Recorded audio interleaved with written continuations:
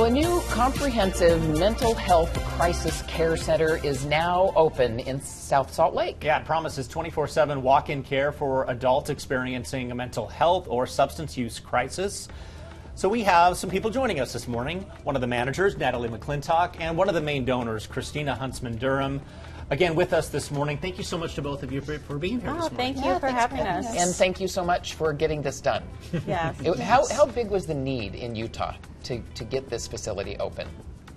Well, I'll let you talk about that. I mean, we always hear about the crisis that we're having in our community, our suicide rate, and continuing mental health and substance abuse needs. So it was really important that we got this up and running, and especially in a more centralized location. In fall of 2023, we started a pilot walk-in receiving center, and that was a huge success. But it's up on the hill at the University of Utah, right? And so a lot of our community members are here in South Salt Lake, and needed a more centralized location.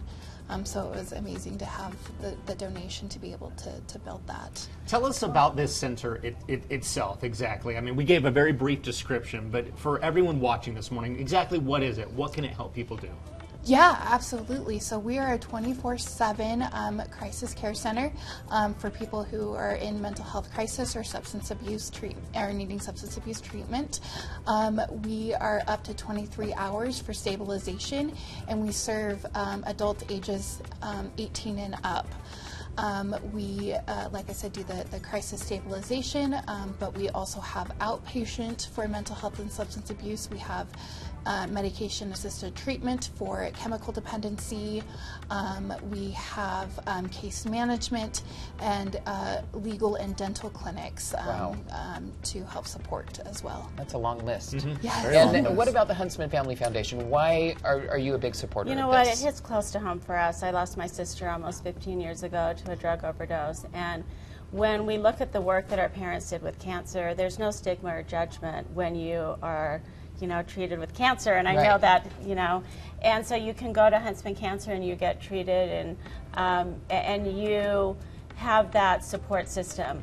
When I look at when I had to check my sister into detox that first time, you're in the back door, it's in secrecy, it's in shame, and we don't look at it like we do other diseases. So when we can shine a light to our stories and talk about what we're all going through, we all have a story around mental health. There's somebody that is suffering, and where do we go? What is that first step? So it was important to us as a family to share our story, and we've given a lot to homeless services, and what is the root cause of the problem for homeless, for substance abuse. And I watched what my sister suffered with substance use, and at the time of her death, we didn't put on her obituary how she really died because of that stigma. And you think, that doesn't happen in families like ours, but let's share that story and let's figure out, what is causing her to numb the pain that she's in and so many times it's an untreated mental health condition. So let's take that stigma away.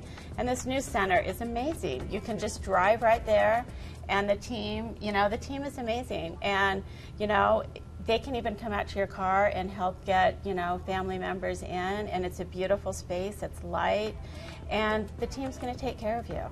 You have a lot of support from others in Utah as well. It's all this was a big collaborative, effort. yes. The state, the university, philanthropic partnerships, it's all about that collaborative public-private partnership. Talk about the process of getting this open. How long did it take from the first thought, like, hey, we need a place like this, to opening day? What was the process like? I'll let. Well, at the very beginning, I remember, asking the question to Kevin Curtis, I think my brother said to him, just imagine what a place would be like. And he said, we've never in mental health been able to even think that way because we're so underfunded and it's not a moneymaker. So how can we change that model? How can we think outside the box? How can we be disruptors? of the systems that are already in place. We're losing too many lives to suicide and drug overdose, and so let's change what we're doing and really get people the care on the front end instead of when they're in crisis. And so it was really a collaborative effort, meeting with all the service providers around the valley to say, what would you want? What would law enforcement want when you're dropping off somebody? What are your needs? So it was that collaborative partnership and really listening to what people needed. And we were able to do the pilot. I remember, Ross, our past executive director, coming in and be like, we're going to redo the receiving center that we already had. And I was like, okay. And then the next thing I know, we're opening a pilot in fall of 2023. And I think we really learned a lot from that. And we've, with that pilot, been really working towards this crisis care center. Well, it sounds like you were made happy too. They talked to police, they talked to other, but healthcare workers, how do we process these people? How do we get the help specifically that they need? Yes, it's been a really great collaboration and really pulling in, providers and nurses, and we've been able to hire crisis care workers to be able to really look at the case management piece of things. So social workers can do more of the therapeutic intervention. So it's been a really good collaborative and really effort. changing the model of, instead of going to the emergency room, come here, so you're not waiting for hours in the emergency room to get the help that you need.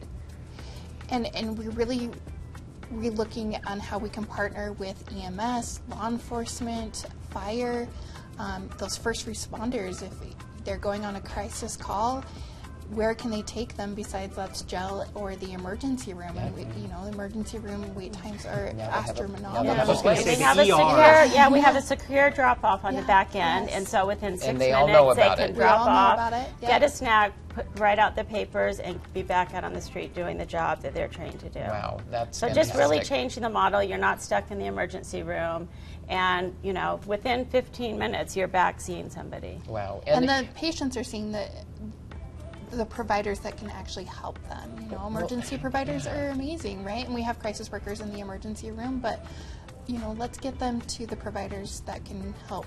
Well, and it used to be either the ER or the state mental hospital, right. and or the that's jail. Not funded, and there's really no place, and now there is. Yes. Yeah. Excellent. Natalie and Christina, thank you so much for coming thank in this you so morning much. and talking to us. It's a very needed service, Yes. and it's exciting to have it open. Yes, thank you.